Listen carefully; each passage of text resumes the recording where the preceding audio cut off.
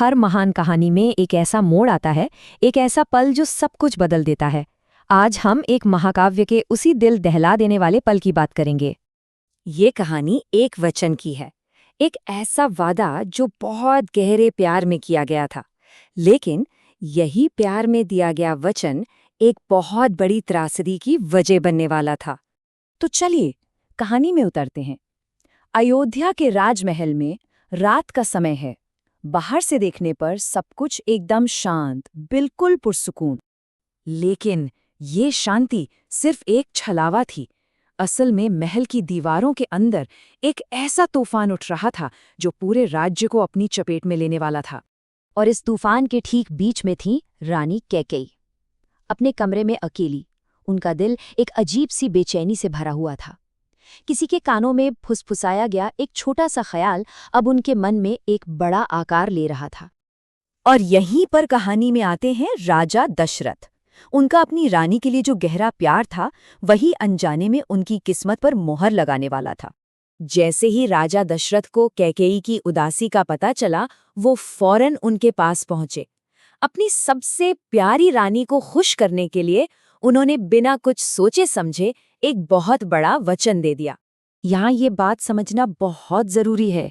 कैकेयी कोई नई चीज नहीं मांग रही थी, वो तो राजा को एक पुराना कर्ज याद दिला रही थी, एक ऐसा वादा जो उन्होंने अपनी बहादुरी से कमाया था। देखिए, बात कई साल पुरानी है। युद्ध के मैदान में कैकेयी ने बड़ी बहादुरी दिखाते हुए राजा दशरथ की जान बचाई थी। उस वक्त राजा ने शुक्रगुजार होकर उन्हें 2 वरदान मांगने का हक दिया था, जिसे वो कभी भी जब चाहे मांग सकती थी। तो ये था वो पहला वरदान, उनकी बहादुरी का इनाम। एक ऐसा हक जो सालों से उनके पास था, बस सही वक्त का इंतजार कर रहा था।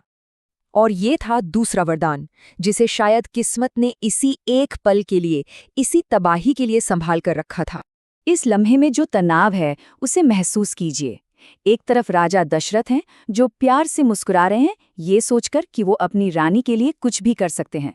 और दूसरी तरफ रानी कैकेयी हैं, जिनके चेहरे पर कोई भाव नहीं, बिल्कुल शांत, क्योंकि वो सब कुछ मांगने वाली थीं। और फिर वो पल आ ही जाता है, जब कैकेयी की मांगों का असली चेहरा सामने आता है। एक ऐसा पल जो कहानी को हमेशा के लिए बदल देता है। अपनी एकदम स्थिर आवाज में कैकेयी ने पहली चौंका देने वाली मांग रखी, मेरे बेटे भरत को अयोध्या का राजा बनाओ। और फिर बिना रुके उन्होंने दूसरा वरदान मांगा, जो पहले से भी कहीं ज्यादा भयानक था, राम को 14 साल के लिए वनवास भेज दो। रानी के मुंह से निकले इन शब्दों का असर फौरन और बहुत भयानक था। ये वो पल था जब एक राजा का दिल टूटकर बिखर गया। राजा दशरथ बस टूट गए। ये एक शब्द उनके सदमे, उनके दर्द और उनकी बेबसी सब कुछ बयां कर देता है। सोचिए, राजा दशरथ अपने ही दिए हुए वचन के जाल में फंस चुके थे। उन्हें यकीन ही नहीं हो रहा था कि उन्होंने क्या सुन लिया है। लेकिन रघुकुल की रीत के हिसाब से प्राण जा सकते थे, पर वचन नहीं। एक बार दिया गया वादा पत्थर की लकीर होता था, उसे तोड़ना नामुमकिन था।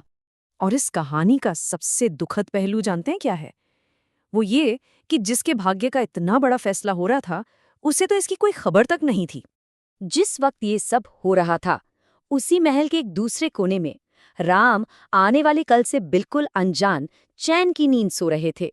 उन्हें नहीं पता था कि उनकी जिंदगी हमेशा के लिए बदलने वाली है। तो सवाल यही उठता है कि जब राम को इस घातक वचन और अपनी बदली हुई किस्मत के बारे में पता चलेगा, तब वो क्या करेंगे? उनकी प्रतिक्रिया क्या होगी?